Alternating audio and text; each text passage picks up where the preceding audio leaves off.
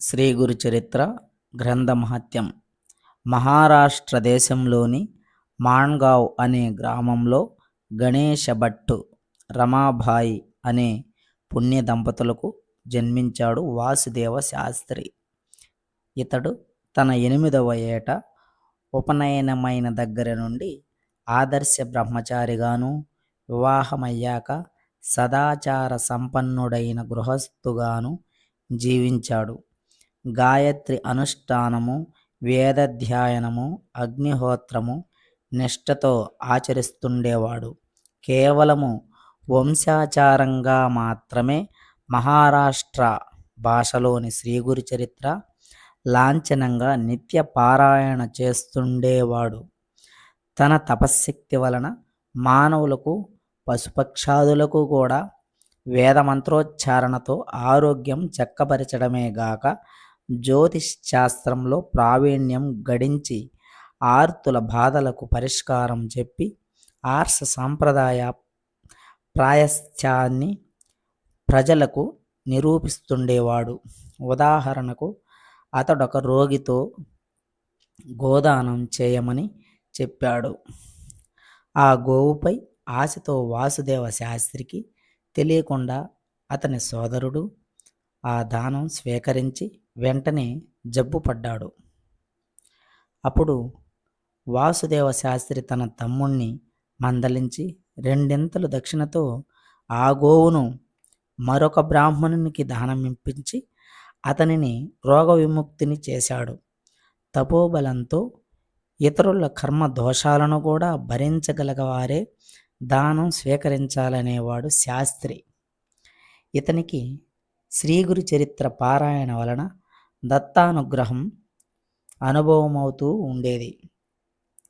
ఒకనాడతడు ఒక అడవిలో నుండి వెళ్తుండగా దత్తస్వామి సీతారాంజుడియా అనే వ్యక్తి రూపంలో దర్శనమిచ్చి అతనిని ఒక పులిబారి నుండి రక్షించారు. నాటి రాత్రి దత్తస్వామి స్వప్న దర్శనమిచ్చి ఆ రహస్యం బయటపెట్టారు. తర్వాత ఒకసారి అతడు నరసోభావాడి వెళ్ళాలనుకుంటుండగా ఒకనాటి రాత్రి దత్తస్వామి స్వప్నంలో కనిపించి, నీ తల్లి అనుమతిస్తుంది, ప్రయాణానికి అవసరమైన పైకము తోడు కూడా దొరుకుతాయి అని చెప్పాడు. నిజంగానే తెల్లవారేసరికి అన్నీ అలానే సమకూడడం వలన అతడు బయలుదేరి దారిలో గోరేగాంలో బస చేశాడు. నాటి రాత్రి దత్తస్వామి మరలా స్వప్నంలో కనిపించి, నరసోబావాడిలో గోవిందస్వామి అనే సిద్ధపురుషుడున్నాడని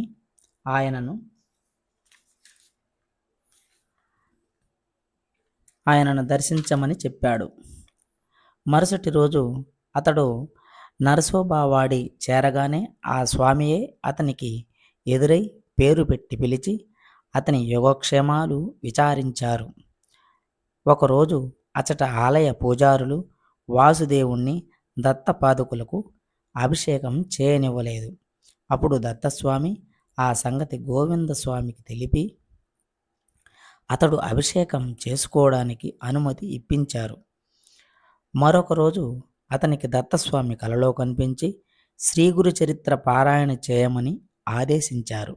అతని వద్ద ఆ గ్రంథం లేదని చెప్పగానే మేరజ్లో ఉన్న శంకర భట్టు వద్ద ఆ గ్రంథం తీసుకోమని చెప్పారు.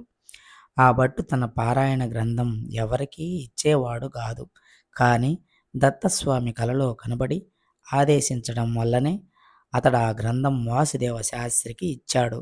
తర్వాత ఒకనాడు వాసుదేవ శాస్త్రిని శ్రీగురు చరిత్ర పారాయణే ముఖ్య సాధనగా చేసుకోమని గోవిందస్వామి చెప్పారు. నేను శిష్టాచారం ప్రకారం సూర్యుణ్ణి, అగ్నిని సేవిస్తున్నాను కదా, ఇంకా అదెందుకు అన్నాడు వాసుదేవ శాస్త్రి. కానీ నాటి రాత్రి స్వప్నంలో దత్తస్వామి అతనికి మంత్రోపదేశం చేసి అతనికి ప్రత్యక్ష గురువయ్యారు. తెల్లవారగానే అతనికి గోవిందస్వామి ఎదురై రాత్రి నీకు ఉపదేశమైంది కదా అని చెప్పి దాని అనుష్ఠాన విధానమంతా అతనికి బోధించారు. ఒకప్పుడు వాసుదేవ శాస్త్రిని 7 సంవత్సరాలు కదలకుండా మాన్గావ్‌లో ఉండమని దత్తస్వామి ఆదేశించారు. అతడు ఒక దత్తమూర్తిని తీసుకు వెళ్ళదలిచి కాగల్ అనే ఊరు వెళ్ళాడు.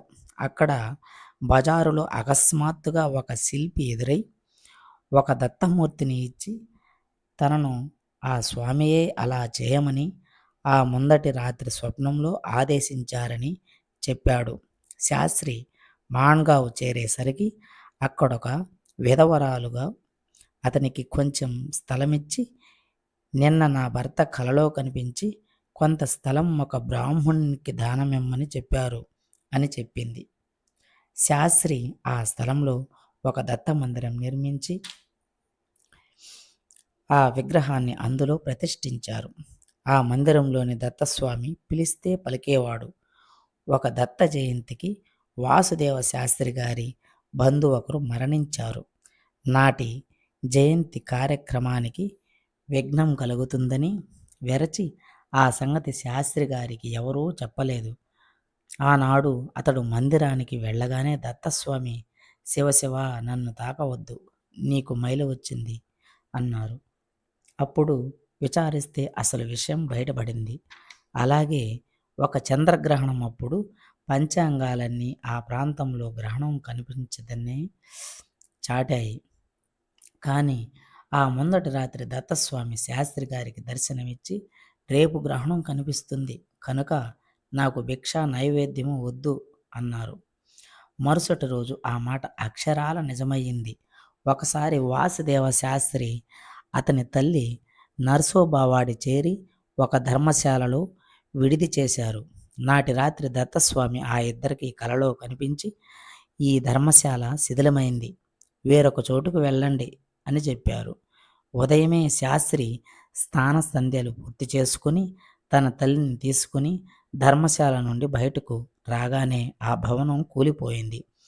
అలానే ఒకప్పుడు వాసుదేవ శాస్త్రి తన భార్యను తీసుకుని దత్తక్షేత్రాలు దర్శిస్తూ గంగా ఖేడ్ చేరుకున్నాడు. అక్కడ ఒకనాటి రాత్రి దత్తస్వామి అతనికి స్వప్నంలో కనిపించి, నేటి నుండి 4వ రోజున మీ ఇద్దరినీ నా సన్నిధి చేర్చుకుంటాను అన్నారు. శాస్త్రి, నేను సన్యసించాలి కనుక మీరు ఆమెను మాత్రమే తీసుకోపోండి అన్నాడు. ఆమెకు మరో రోజే కలరా వచ్చి కొద్ది రోజులలో మరణించింది. ఆమెకు కర్మ చేసి 14వ రోజున శాస్త్రి సన్యసించాడు. ఆ ముందటి రాత్రి దత్తస్వామి అతనికి గోవిందస్వామి రూపంలో స్వప్న దర్శనమిచ్చి ప్రణం ఉపదేశించి మరుసటి రోజు నుండి భిక్షువుగా జీవించమని ఆదేశించారు. అంటే ఈయనకు అసలైన దీక్ష దత్తస్వామియే ఇచ్చారన్నమాట. నాటి నుండి ఈయన శ్రీ వాసుదేవానంద సరస్వతి స్వామిగా ప్రసిద్ధికెక్కాడు. అటు తర్వాత ఈయన అతి కఠోరంగా తమ ఆశ్రమ ధర్మాలు పాటిస్తూ దేశ సంచారం చేశారు. ఎన్నో ప్రాంతాలలో మొత్తం మీద 24 చాతుర్మాస్యాలు చేశారు. వీరు తమ పాదయాత్రలో ఒకసారి నాటి శృంగేరి జగద్గురు శంకరాచార్యులైన శ్రీ నృసింహ భారతి స్వామి వారిని దర్శించారు. శ్రీ శంకరాచార్య వీరిని ఎంతగానో సన్యాసించి తమ శిష్యులతో, అయం హి భగవాన్ సాక్షాత్ దత్తాత్రేయో స్వయం యతిః, ఈ యతి సాక్షాత్ దత్తాత్రేయుడే అని చెప్పారు. ఒకసారి శ్రీ వాసుదేవానందులు కాలినడకన గిరినార్ చేరి బాగా డస్సిపోయారు.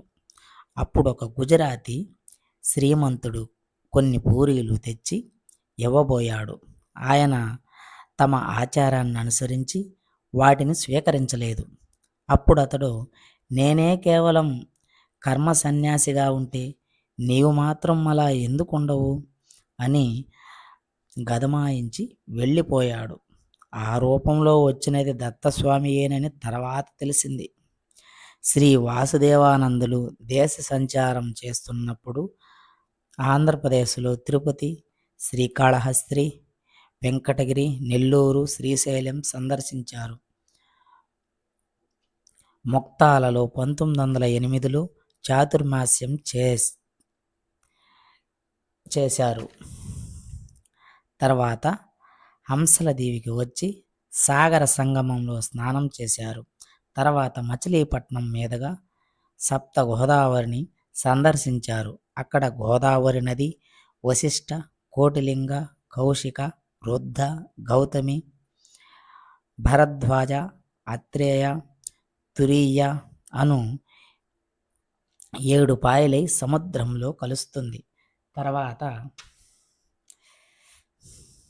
రాజమండ్రి విచ్చేసి అక్కడ నుండి పిఠాపురం చేరి ఆ పట్టణ వాసులకు అక్కడ శ్రీపాద వల్లభులు అవతరించారని చెప్పి వారి జన్మస్థలం కూడా చూపి అక్కడ దత్తపాదుకులు ప్రతిష్ఠించారు. తర్వాత కాకినాడ చేరి సముద్ర స్నానం చేశారు. మరలా రాజమండ్రి చేరి అచట శృంగేరి శంకరమఠంలో భక్తవత్సలుడు అను పేర 1910వ సంవత్సరంలో ప్రాంతంలో దత్తమూర్తిని ప్రతిష్ఠించారు. చివరకు 1914 సంవత్సరంలో జ్యేష్ఠ బహుళ చతుర్దశి నాడు ఆయన తన శిష్యులతో రేపు రాత్రి అమావాస్య గడియ వెళ్ళాక మేము శరీరం త్యజిస్తాము అన్నారు. ఆ సమయానికి దత్తమూర్తి ఎదుట ధ్యానంలో కూర్చుని పరమపదమంచారు. శ్రీ గురు చరిత్ర పారాయణ ద్వారా వీరిని దత్తస్వామి తమ ప్రతిరూపంగా రూపొందించడమే కాదు, వారి ద్వారా ఆయన మరొక అవతారం ఎత్తారు. ఆయన శ్రీ గురు చరిత్రలో కీర్తించబడిన శ్రీ గురుడుగా అవతరించినప్పుడు చివరకు శ్రీశైలంలో అంతర్ధానం అయ్యే ముందు శ్రీ గురు చరిత్ర గ్రంథం రూపంలో తామెల్లప్పుడూ ఉంటామని ప్రమాణం చేశారు. ఒకప్పుడు ఆ గ్రంథాన్ని 7,000 సంస్కృత శ్లోకాలలోకి అనువదించమని దత్తస్వామి ఆదేశించారు. మరొకప్పుడు వాసుదేవానందులతో ఈ గ్రంథాన్ని 2,000 సంస్కృత శ్లోకాలలోని అనువదించి దానికి సంహితాయన గురుద్విసాహస్రి అని పేరు పెట్టమని దత్తుడు చెప్పారు. అలానే శ్రీ వాసుదేవానంద సరస్వతీదేవి స్వామి చేసిన ఈ 2 రచనల రూపాలలో దత్తస్వామి నేడు దేశమంతటా తాండవిస్తున్నారు. నా చేత దత్తస్వామి చేయించుకున్న ఈ స్వేచ్ఛానువాదంతో ఈ 2 గ్రంథాలలోని విశేషాంశాలను కూడా పొందుపరిచాను. కారణం అది శ్రీ దత్తావతార కథ. శ్రీ గురుని అక్షర స్వరూపం వారి ప్రత్యక్ష శిష్యుడైన సిద్ధయోగి చేత వ్రాయబడింది. మరలా శ్రీ దత్తాత్రేయ స్వరూపులైన శ్రీ వాసుదేవానంద సరస్వతి స్వామి ద్వారా సంస్కృతంలో శ్రీ దత్తాత్రేయుడు అక్షర స్వరూపం ధరించారు. ఓం శ్రీ గురుదేవ దత్త నమో నమః.